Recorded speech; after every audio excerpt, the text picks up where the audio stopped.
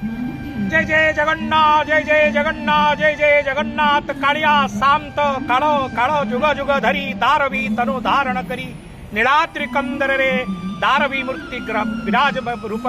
धारण करी विराजमान कर कलिकाल से बारवीय लीला कर 12 मासरे 13 जातो कालिया शांत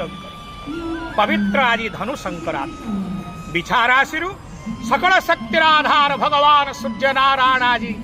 धनुराशि को प्रवेश करेंगे श्रीमंदिर रे श्री जगन्नाथ महाप्रभुंकर कालिया शांतंकर आज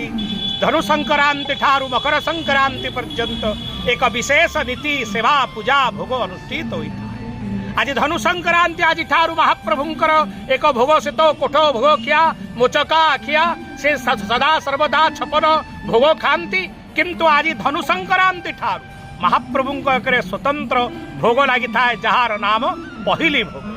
कुआ का कही नथिबो कालिया शांत भोग खाई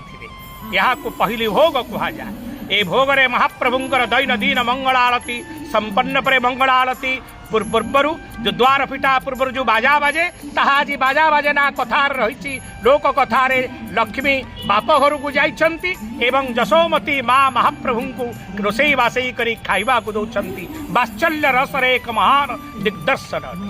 एवं महाप्रभुंकर मंगल आरती अवकाश पर कालिया शांतंकर गोपाल वल्लभ भोग सहित महाप्रभुंकर आज पहली भोग अनुष्ठित होता है। 28 प्रकार पिठा पड़ा महाप्रभु को यही भोग लगी था बिरी लडू अंबालू आरिसा चढ़ई नेदा खैर चूड़ विविध प्रकार 28 प्रकार विविध द्रव्य प्रभु को अर्पण करा जाइथा एवं विशेष भाव में महाप्रभुंकर आज धनु संक्रांति